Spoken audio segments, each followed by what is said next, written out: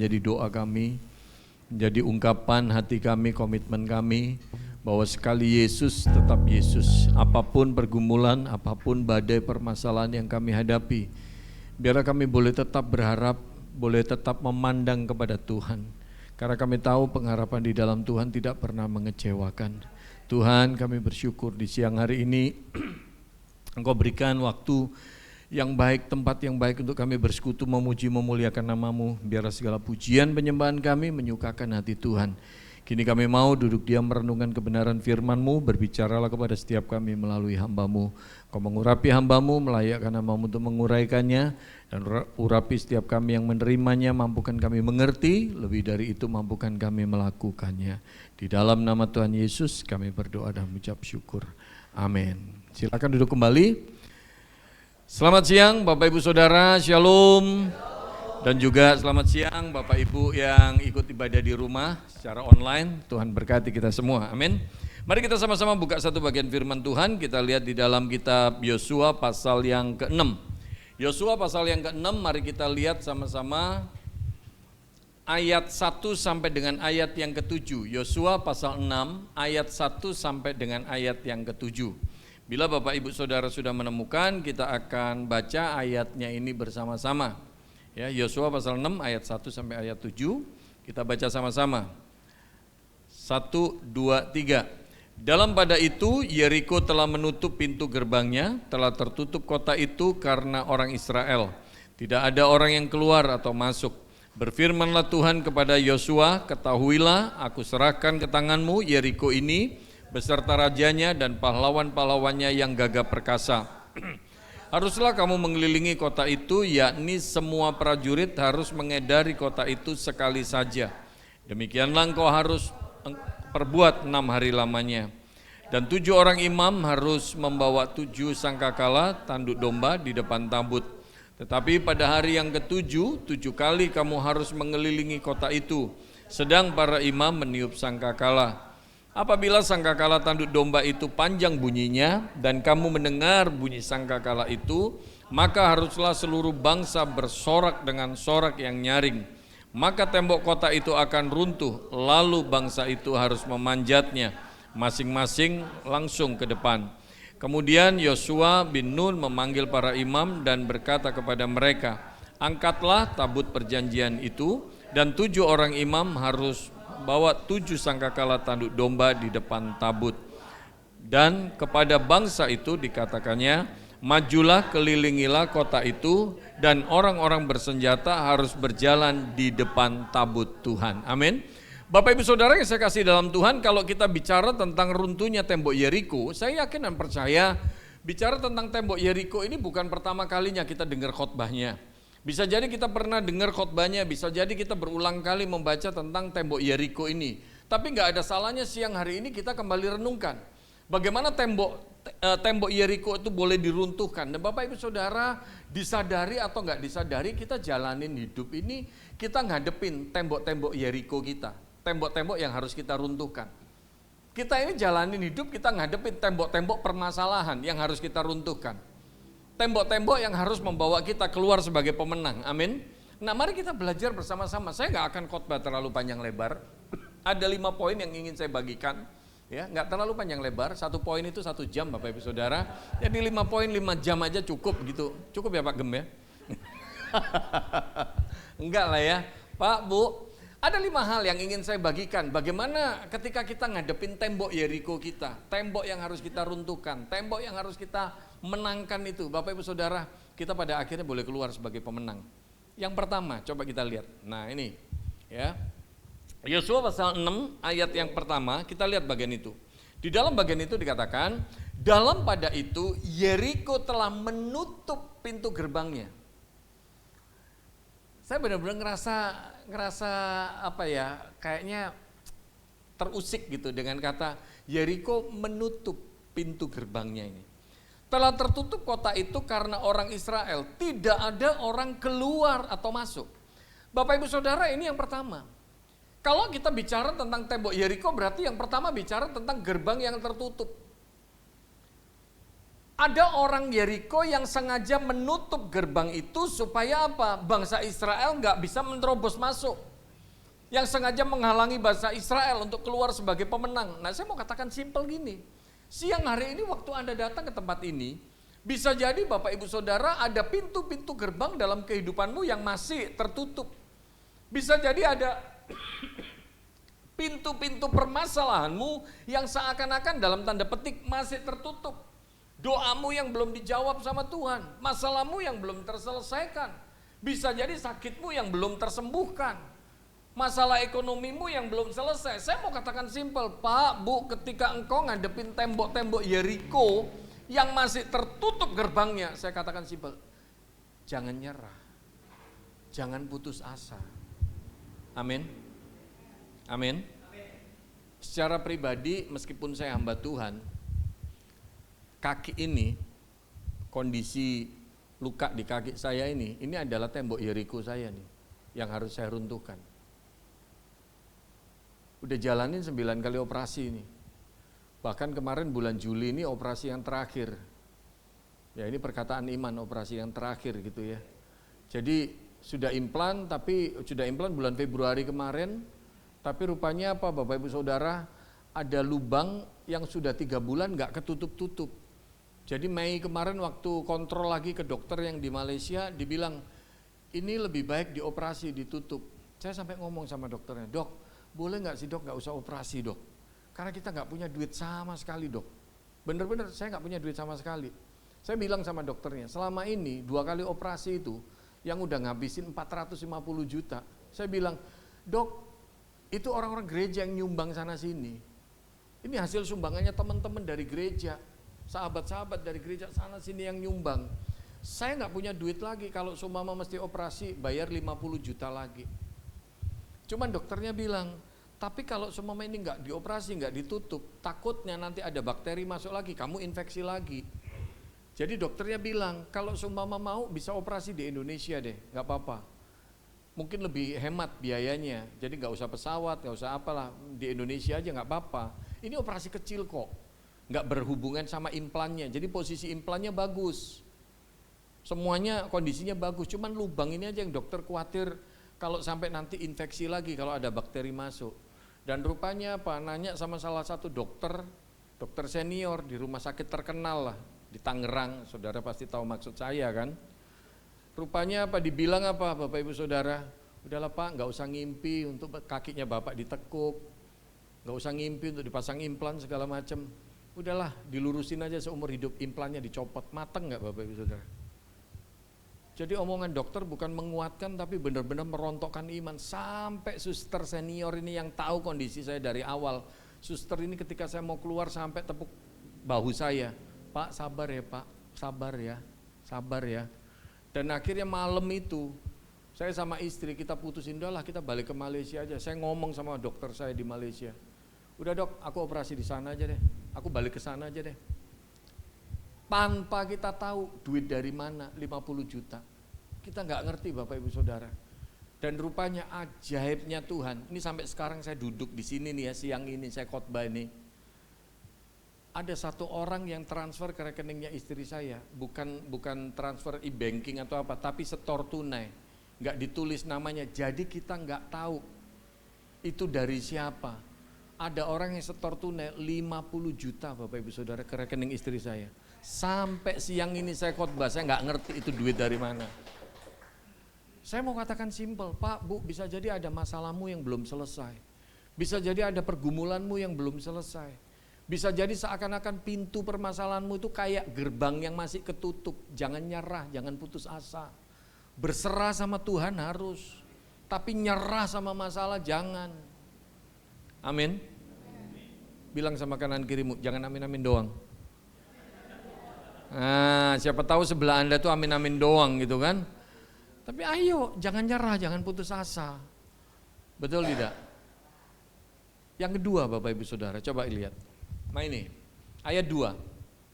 Ayat 2, di dalam bagian itu dikatakan, berfirmanlah Tuhan kepada Yosua, ketahuilah, aku serahkan ke tanganmu Yeriko ini beserta rajanya dan pahlawan-pahlawannya yang gagah perkasa. Ini yang kedua Bapak Ibu Saudara. Bicara tentang tembok Yeriko ini berarti bicara tentang apa? Janjinya Tuhan.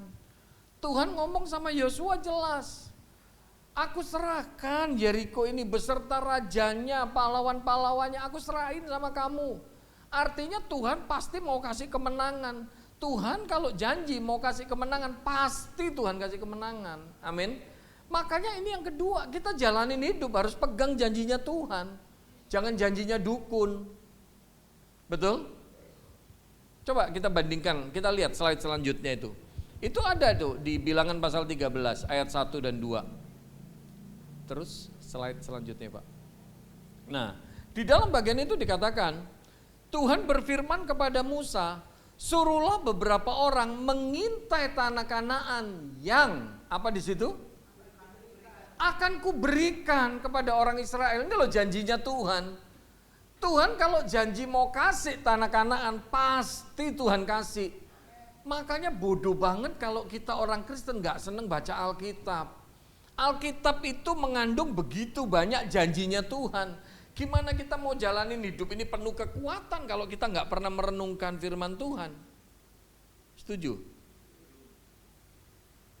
Alkitab yang ada di tangan kita itu mengandung begitu banyak janji.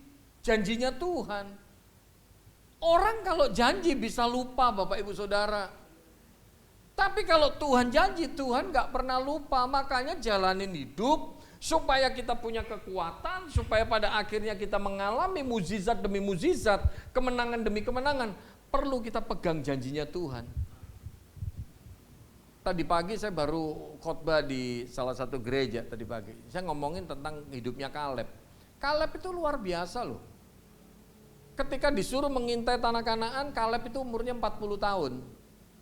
Tuhan ngomong sama Musa, nah ini kan di Bilangan pasal 13 ini, Tuhan ngomong sama Musa, Musa kamu pilih tuh, dari 12 suku kamu pilih pemimpin, 1 orang. Jadi dari 12 suku ada 12 orang. Disuruh sama Tuhan untuk mengintai tanah Kanaan yang akan kuberikan kepada bangsa Israel. Tuhan udah janji mau kasih tanah Kanaan buat bangsa Israel. Pak, Bu, Kaleb waktu denger Musa ngomong begitu itu bahwa Tuhan mau kasih tanah Kanaan, Kaleb tuh umurnya 40 tahun. Ternyata ketika masuk tanah Kanaan, Musa sih sudah meninggal.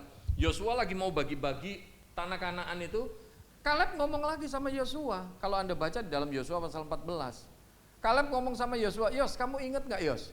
Yang dulu Tuhan ngomong tentang aku sama kamu di Kades Barnea. Anda bayangkan ketika Kaleb ngomong sama Yosua itu, umurnya Kaleb Bapak Ibu Saudara 85 tahun. Waktu dia dengar Musa ngomong ke dia, Tuhan ngomong ke Musa, terus Musa sampaikan ke 12 pengintai, umurnya Kaleb 40 tahun.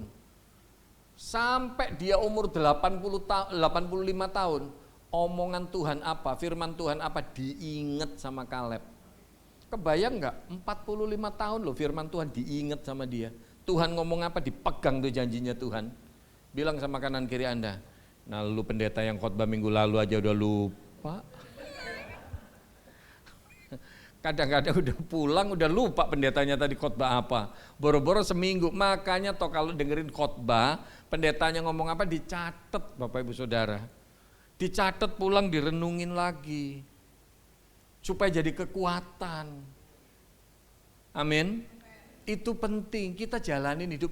Hari-hari ini kita jalanin hidup gak tambah gampang Bapak Ibu Saudara. Tolong ingat, jalanin hidup kita tambah berat. Tambah berat. Anda bisa lihat kondisi ekonomi gak cuma di Indonesia, tapi secara global kondisi ekonomi ini makin berat. Kita gak akan punya kekuatan kalau kita gak pegang janjinya Tuhan. Amin. Ini penting. Yang ketiga Bapak Ibu Saudara, masih kuat? Kalau nggak kuat kita tutup dalam doa. Masih kuat ya? Ya nanti abis ini kita langsung perjamuan ya. Nah, kita lihat. Yosua pasal 6 ayat 3 dan 4. Ini yang ketiga. Haruslah kamu mengelilingi kota itu, yakni semua prajurit harus mengedari itu maksudnya muterin gitu ya. Mengedari kota itu sekali saja. Demikianlah harus engkau perbuat 6 hari lamanya. Dan 7 orang imam harus membawa 7 sangkakala tanduk domba di depan tabut. Tetapi, ini yang menarik nih, tetapi pada hari yang ketujuh, 7 kali engkau harus mengelilingi kota itu, sedang para imam meniup sangkakala. Bapak ibu saudara, ini yang ketiga yang perlu kita ngertiin. Waduh, thank you bro, thank you banget. Bentar saya minum dulu ya Bapak ibu saudara, ini mohon maaf nih.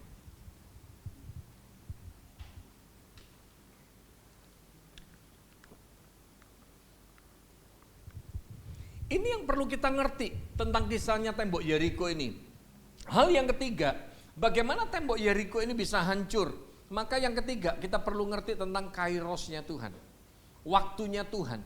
Pak, Bu, waktunya Tuhan itu gak pernah terlambat. Tuhan itu gak pernah kecepatan jawab doa kita. Dan juga Tuhan itu gak pernah telat.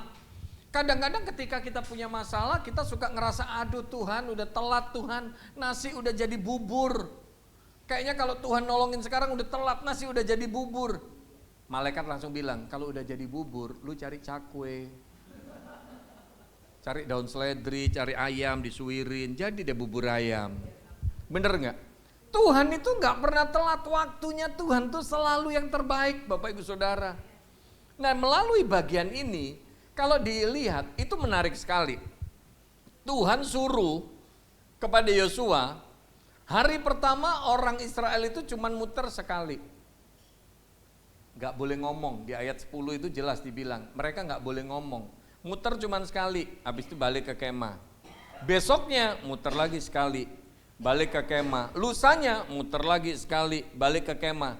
Bapak Ibu bisa bayangkan, bangsa Israel itu ya, kalau seumpama bisa kasak kusuk, bisik-bisik, mereka bakalan ngomong gini, kita ini ngapain ya, muter. Besok gitu lagi, muter cuman sekali. Kayak orang gila kita ini. Bener gak? Betul tidak? Di sisi yang lain, orang Yeriko kalau ngelihat dari atas tembok, mereka bakalan, kalau mereka ngobrolin kayak gini, ini orang Israel ini ngapain nih? Kayak orang sinting ini. Bener gak? Muter cuman sekali, gak ngapa-ngapain, ngomong enggak, nyerang enggak. Mereka cuman muter aja sekali gitu, balik ke kemah. Besoknya muter lagi situ sekali, balik ke kemah. Orang Yeriko kalau ngelihat itu, bakalan mereka ngomong gini, kayak orang edan nih. Kayak orang sinting nih orang Israel nih.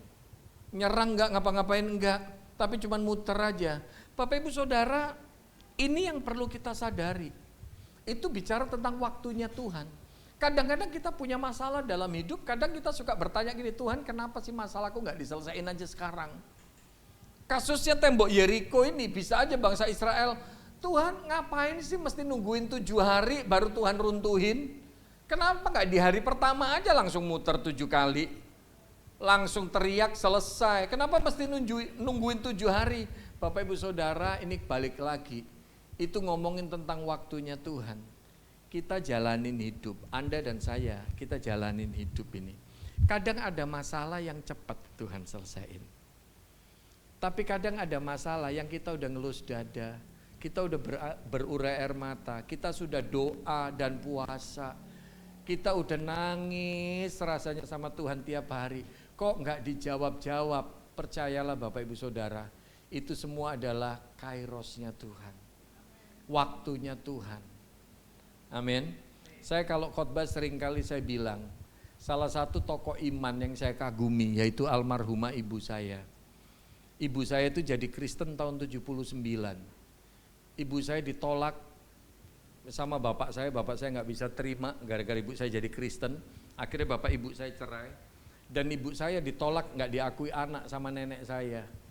Ya Bapak Ibu bisa bayangkan, kakek saya orang Arab, nenek saya orang Banten Serang, orang Rangkas Bitung, guru ngaji. Anaknya jadi Kristen, ditolak nggak diakui anak. Nenek saya dari dulu seringkali sesumbar ya, kalau bahasanya orang Surabaya ya, ilang-ilangan dok siji tak dadar nggak jadi sak piring. Jadi anak itu diibaratkan telur, toh telur kalau didadar nggak jadi sepiring. Makanya saya dulu suka ngeledekin nenek saya, mak salah sih ngomong gitu. Telur didadar nggak jadi sepiring, tergantung mak. Kalau seumpama wajahnya digoyangin gini, itu lebih dari sepiring mak lebar. Dan Bapak Ibu tahu, nenek saya nggak boleh ini ibu saya nginjekin kaki di rumah nenek saya. Ibu saya tetap berdoa buat bapak saya, berdoa buat saya, berdoa buat nenek saya. Tapi akhirnya sampai bapak saya meninggal, bapak saya tetap nggak mau terima Kristus. Tapi rupanya apa? Satu persatu Tuhan beresin. Setelah didoakan 8 tahun, akhirnya saya baru bertobat. Waktu ibu saya berdoa buat saya, ibu saya nggak langsung lihat mukjizat. Tiap hari didoain, bisa jadi tiap hari ibu saya nangis, ngelus dada, berurai air mata. Tapi Tuhan kayaknya nggak jawab. Kayaknya Tuhan diem. Tiap hari saya pulang mabok, kadang-kadang pulang babak belur habis tawuran. Tapi ibu saya tetap berdoa buat saya. Setelah 8 tahun ibu saya baru lihat mukjizat. Akhirnya saya bertobat, saya terima Kristus. Saya tinggalin itu namanya judi, saya tinggalin namanya mabok, saya tinggalin rokok dan lain sebagainya. Pak, Bu, mungkin hari ini ada doamu yang belum dijawab sama Tuhan.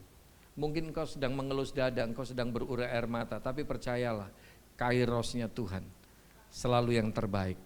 Waktunya Tuhan selalu yang terbaik. Amin. Dan yang lebih dahsyat lagi di keluarga kita apa? Nenek saya yang guru ngaji setelah didoakan 10 tahun akhirnya masuk kolam baptisan. Tapi itu hasil doa 10 tahun. Makanya kadang-kadang kita pengen jadi pemenang. Kalau nyanyi dahsyat, lebih dari pemenang dalam segala perkara. Tapi kalau kita punya masalah, doa paling seminggu, 2 minggu, paling lama sebulan. Ntar Pak Gem lah atau mungkin pengurus komsel, ya ketua komsel atau apa, kalau ditanya gimana masalahmu, masih doain. Seringkali kita bilangnya capek, udah doa nggak ada jawabannya, udah malas doa. Pak, Bu, jangan putus asa, jangan putus asa. Waktunya Tuhan selalu yang terbaik. Amin. Bilang sama kanan kirimu, waktunya Tuhan selalu yang terbaik. Ya, Tuhan punya waktu itu nggak pernah telat, Bapak Ibu Saudara. Setuju? Setuju? Kalau Anda lihat di dalam Injil Yohanes kisahnya Lazarus, Marta sama Maria udah jelas tuh suruh orang ngomong ke Tuhan Yesus. Maksudnya apa? Supaya Tuhan Yesus buruan datang. Supaya Tuhan Yesus tumpang tangan dan nyembuhin Lazarus. Tapi Alkitab mencatat ketika Tuhan Yesus dengar Lazarus sakit, ya udah dia diem dulu di Betania, dia nggak langsung ke sono. Setelah Lazarus mati, baru Tuhan Yesus ke sana. Itu balik lagi, itu ngomongin waktunya Tuhan, kairosnya Tuhan. Betul tidak? Makanya Marta sama Maria ketika Tuhan datang bilang, Tuhan sekiranya Engkau ada di sini, saudaraku tidak akan mati. Bahasa lainnya apa? Tuhan kamu datang sekarang udah telat. Kalau datang kemarin waktu dia masih sakit, sekarang dia udah mati, buat apa? Tapi waktunya Tuhan gak ada namanya telat. Dan bahkan Tuhan Yesus ngomong sama murid-muridnya, lebih baik sekarang kita ke sana. Lebih baik buat kamu, supaya kamu belajar percaya.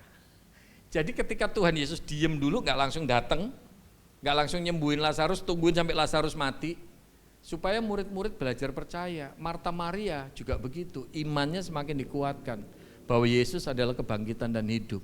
Pak, Bu, semua hal yang terjadi dalam hidup kita, waktunya Tuhan adalah yang terbaik. Amin.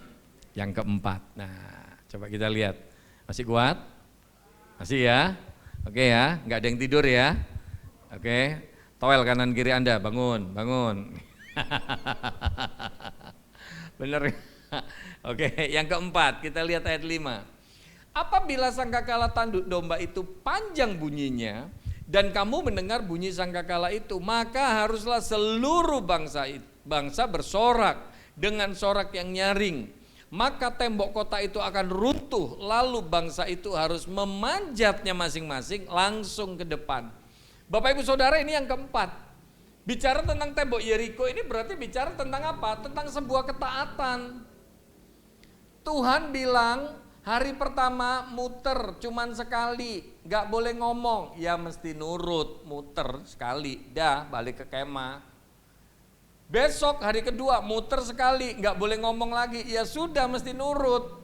Sampai 6 hari seperti itu, ya mesti nurut. Amin. Dalam hidup kita, kalau kita mau ngalamin kemenangan, kita mau ngalamin mujizatnya Tuhan, Kita mau ngalamin kuasanya Tuhan, Bapak Ibu Saudara, nggak ada rumus lain. Kita mesti taat sama Tuhan, amin. Saya seringkali bilang sama jemaat dimanapun saya khotbah, Anda mau ditumpang tangan pendeta sehari 10 kali, 100 kali kayak ditumpang tangan. Tapi kalau nggak taat ya nggak ada mujizat. Ketaatan itu mendatangkan mujizat, nurut sama firman Tuhan itu mendatangkan mujizat. Makanya jangan suka ngotot, bahasa Jermannya itu mentengkelek itu loh. Loh kok pada ketawa Anda tahu bahasa Jerman ini? Ada yang pernah tinggal di Jerman? Enggak lah, itu bahasa Jawa ya. Kelek itu ketiak Bapak Ibu Saudara. Kelek itu ketiak, di penteng itu diangkat gitu loh. Jadi kayak teko gitu loh. Jangan sok kuat, kita jalanin hidup jangan sok ngerasa hebat, kuat tanpa Tuhan, gue mampu. Jangan, nurut sama Tuhan. Jadi bangsa Israel ini dibilang, hari pertama muter ya, cuman sekali muternya. Gak usah ngomong, muter, ya nurut. Hari kedua muter sekali, ya nurut, sampai hari ke-6. Hari ke-7 suruh muter 7 kali, habis itu teriak sekencang-kencangnya, ya nurut. Anda lihat lagi kisahnya Elia. Elia dibilang sama Tuhan, Elia pergi ke tepi sungai Kerit, kamu bisa minum dari air sungai itu. Aku perintahkan burung gagak untuk ngurusin kamu, kasih makan kamu. Coba kalau dipikir, burung gagak ngurusin manusia, sampai kapanpun gak bakalan masuk akal. Betul tidak? Kalau Elia gak pernah mau taat pergi ke tepi sungai Kerit, Elia gak pernah lihat mukjizat. Tapi Anda lihat, ketika Elia taat pergi ke tepi sungai Kerit, Anda bayangkan, pagi sama petang, sehari 2 kali itu, bukan minum obat itu. Sehari 2 kali burung gagak ini ngirimin Elia, roti sama daging. Meskipun nggak ditulis rotinya mereknya apa, jangan-jangan mereknya Tan Ek Choan gitu ya, bener nggak? Atau roti boy gitu ya, atau apa? Pak Bu, Elia kalau nggak taat, Elia nggak pernah lihat mukjizat. 10 orang kusta teriak sama Yesus, Yesus kasihanilah kami. Tapi Yesus sembuhin mereka nggak? Sembuhin mereka nggak? Enggak, Yesus nggak sembuhin mereka. Yesus cuma bilang gini, tunjukin dirimu kepada imam-imam. Aturannya orang Yahudi kalau ada orang sakit kusta, sembuh dulu. Setelah sembuh baru nunjukin diri ke imam. Imam ini baru ngecek semuanya. Kalau oh iya orang ini udah sembuh, baru kasih persembahan. Tapi urutannya sembuh dulu baru ketemu imam. 10 orang kusta ini bisa aja ngomong, loh Tuhan aku belum disembuhin, ngapain ketemu imam? Sembuhin dulu dong, baru supaya aku bisa ketemu imam. Tapi Yesus gak mau kayak gitu. Yesus bilang, pergi tunjukin dirimu kepada imam. Dan kalau Anda baca dalam Injil Lukas itu luar biasa. Ada satu kalimat yang saya suka banget. Dan sementara mereka di tengah jalan. Artinya sementara 10 orang kusta ini nurutin apa yang Yesus ngomong, mereka jadi sembuh. Hebat. Anda mau dengerin khotbahnya pendeta siapapun, Anda mau ditumpang tangan sama pendeta super hebat kayak apapun, kalau Anda nggak taat, Anda nggak akan lihat mukjizat. Yang penting itu bukan masalah ditumpang tangan pendetanya, tapi masalahnya apa? Taat kita. Perlu taat. Amin. Amin. Itu penting. Mari kita belajar untuk hidup taat. Alkitab banyak sekali ngasih contoh Bapak Ibu Saudara. Ketaatan itu mendatangkan mukjizat. Janda di Sarfat miskinnya kurang apa? Miskinnya udah mentok, udah gak bisa lebih miskin. Elia ngomong, Bu kasih aku air dong. Baru janda ini mau ngambilin air. Dimintain lagi sama Elia, Bu kasih aku roti bundar kecil. Janda ini bilang, demi Tuhan Allahmu yang hidup. Bahasa gaulnya sekarang, swear. Bener gak? Swear. Demi Tuhan Allahmu yang hidup aku gak punya apa-apa. Aku cuma punya tepung segenggam sama minyak dalam buli-buli. Sekarang aku mau cari ranting 2-3 potong, aku olah buat aku sama anakku. Setelah itu mati, Anda bisa bayangkan. Jadi tepung sama minyaknya itu dikit banget, miskinnya udah mentok nih. Tapi Elia menyampaikan, sebelum kamu bikin buat kamu sama anakmu, kasih dulu buat aku roti bundar kecil. Kalau dihitung menurut logika, buat janda ini aja mepet, apalagi dikasih lagi ke Elia, kan jandinya tambah kurang lagi kan, betul tidak? Dan Elia menyampaikan firman Tuhan. Sebab demikianlah firman Tuhan, sampai Tuhan turunkan hujan, tepung dalam genggamanmu nggak akan habis, minyak dalam buli-bulimu nggak habis. Janda ini taat, kasih roti bundar kecil. Dan hasilnya apa? Firman Tuhan tergenapi. Sampai Tuhan turunin hujan, janda ini nggak kehabisan tepung sama minyak. Pak, Bu, mungkin kau ngerasa keadaan ekonomimu lagi mepet. Tapi ketika engkau hidup taat sama Tuhan, percayalah Tuhan nggak kekurangan cara untuk berkati engkau. Saya pun juga ngalamin Bapak Ibu Saudara. Waktu kejadian 2021 bulan Maret itu tanggal 7, saya sama istri ini punya duit cuman gopek ceng. Kita nggak ada deposito, kita nggak ada tabungan, duit kita cuman gopek ceng. Cuman 500.000 rupiah. Mustahil untuk saya bisa operasi Bapak Ibu Saudara. Untuk rongsen aja adiknya istri saya yang bayarin. Tapi ternyata operasi pertama 83,5 juta, operasi yang kedua 45 juta, Tuhan cover. Bahkan ketika 6 kali operasi dan ternyata gagal karena infeksi, banyak sekali teman, jemaat dan lain sebagainya bilang, udahlah Pak Sam ke Malaysia, nanya sama dokter di Malaysia. Oh bisa kita tanganin, operasi pertama 100 juta, operasi yang kedua pasang implan 250 juta.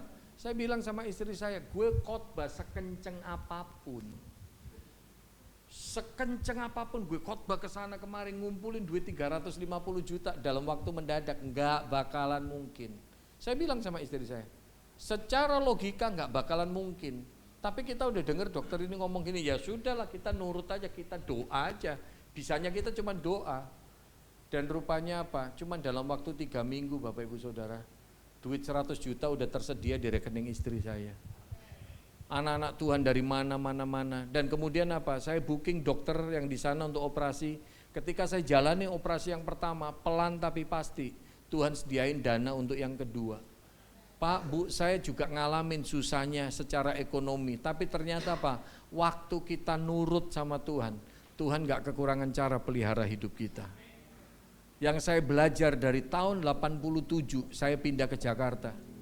Ibu saya cuma jadi pembantu, ibu saya cuma jadi tukang masak tuh di sekolah teologi di STT Iman, Kebayoran Baru. Saya tinggal di rumah kontrakan, rumah petakan dulu yang 2,5 kali 3 meter. Saya cuma hidup jadi tukang kebun dengan gaji 20.000 sebulan. Mustahil saya bisa kuliah Bapak Ibu Saudara, mustahil. Tapi ternyata sampai detik ini saya ada, saya cuma lihat Tuhan itu keren banget. Tuhan itu ajaib banget. Amin. Yang kelima, yang terakhir, haleluya. Kalau bicara terakhir ini mukjizat terjadi. Yang ngantuk dicelikkan, yang loyo dikuatkan, begitu kan? Nah, kita lihat ayat 5 itu. Apabila sangkakala tanduk domba itu panjang bunyinya dan kamu mendengar bunyi sangkakala itu, maka haruslah seluruh bangsa itu bersorak dengan sorak yang nyaring. Maka tembok kota itu akan runtuh. Lalu bangsa itu harus memanjatnya masing-masing langsung ke depan. Ini yang kelima Bapak Ibu Saudara. Bicara tentang tembok Yeriko yang runtuh berarti bicara tentang apa? Caranya Tuhan. Rasanya aneh. Tembok setebel itu Bapak Ibu tahu tebelnya tembok Yeriko itu berapa? 1,5 sampai 2 meter Bapak Ibu Saudara. Jadi kira-kira 4 bangku inilah. 4 bangku ini kurang lebih. Ini keramik ini kalau nggak salah sih 40 kali 40 ya. 50. Masa 50? 50 ya? Nah, keramik ini kalau 50 kali 50, Pak, Bu, 3 keramik nih loh, 1,5 meter.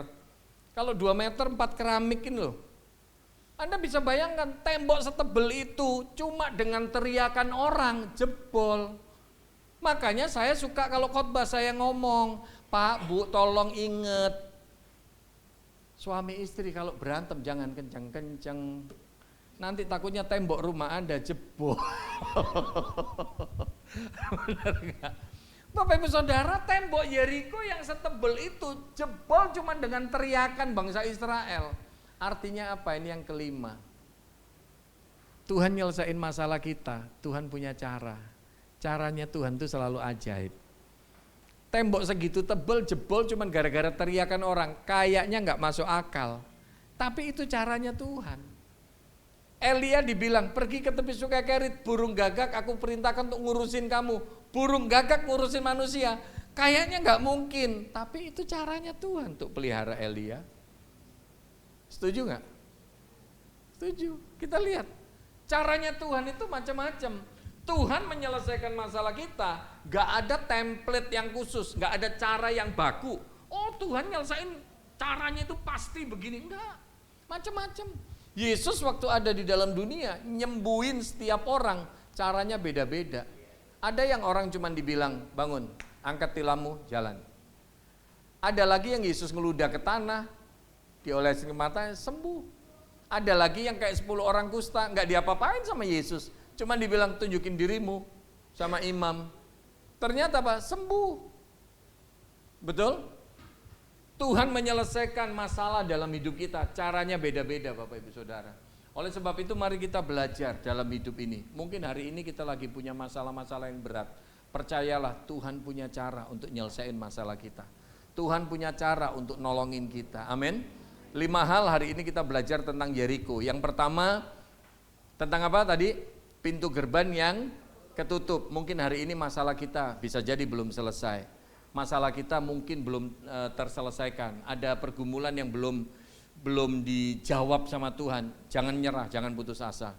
Yang kedua, kita perlu apa Bapak Ibu Saudara? Pegang janjinya Tuhan, pegang janjinya Tuhan. Yang ketiga, kita perlu apa? Belajar tentang kairosnya Tuhan, waktunya Tuhan. Ada masalah yang cepat selesai, ada masalah yang kayaknya lama. Tapi waktunya Tuhan itu selalu yang terbaik. Setuju? Yang keempat, bicara tentang tembok Yeriko berarti bicara tentang ketaatan, nurut. Firman Tuhan ngomong apa kadang-kadang kok kayaknya gak sesuai sama keadaan, gak sesuai sama pikiran kita, nurut aja deh, nurut. Dan yang kelima, caranya Tuhan. Tuhan menyelesaikan masalah kita, caranya macam-macam Bapak Ibu Saudara. Amin. Yuk kita tundukkan kepala, kita masuk dalam doa. Kami bersyukur Tuhan kalau kami boleh merenungkan kebenaran firman-Mu siang hari ini. Suara hamba-Mu terbatas tapi biarlah kebenaran firman-Mu ini menjadi rema, menjadi berkat kekuatan bagi setiap kami. Kami yakin dan percaya apapun yang menjadi tembok-tembok Yeriko dalam pergumulan kami, Tuhan mampu untuk runtuhkan, Tuhan mampu untuk selesaikan. Tapi biarlah kami pegang janji-Mu, kami boleh senantiasa taat kepadamu dan kami senantiasa menantikan waktu-Mu ya Tuhan. Karena kami tahu cara Tuhan juga adalah yang terbaik bagi kami. Berkati gereja-Mu tempat ini, berkati gembala, seluruh keluarga, dan juga seluruh jemaat-Mu, Engkau memberkatinya. Dalam nama Tuhan Yesus kami berdoa dan mengucap syukur. Amin. Bapak Ibu sekalian, saya mohon maaf.